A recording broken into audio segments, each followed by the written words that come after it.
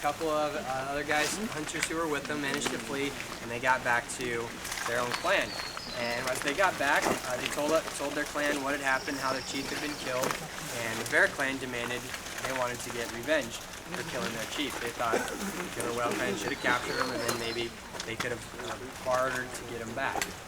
Well, so they started coming up with a plan, and what the plan they came up was is they decided to hold a potlatch.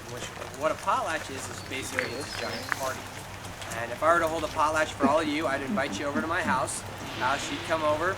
You would, while you were there, there'd be a lot of singing, dancing, feasting. This party would last anywhere from 3 to 7 days, and I would take care of everybody.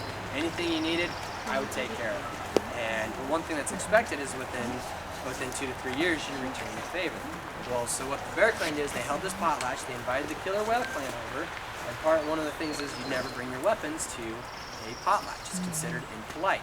So they had the entire killer whale clan over at their place. They 2-3 days into the party, they ended up confronting the killer whale clan. They told them, look, we know you guys killed our chief, and we want you to pay us back for it. And killer whale clan, they looked around, they said, no, we're not going to do it. Your chief was on our territory. We killed him. Big deal.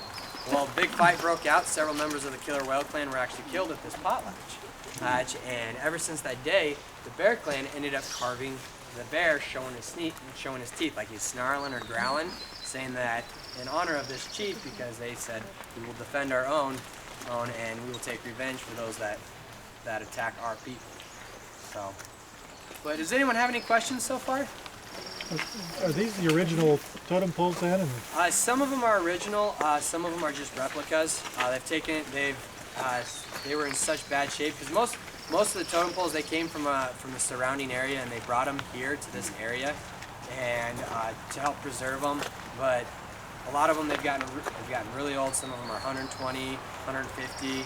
There's even a couple that are about 200 years that they've since taken down, and they've taken them into town to the Totem Heritage Center, and they put them under dry conditions where they can control the environment, slow the decaying process, or the rotting process, and be able to preserve the tree for as long as possible, or the totem pole for as long as possible.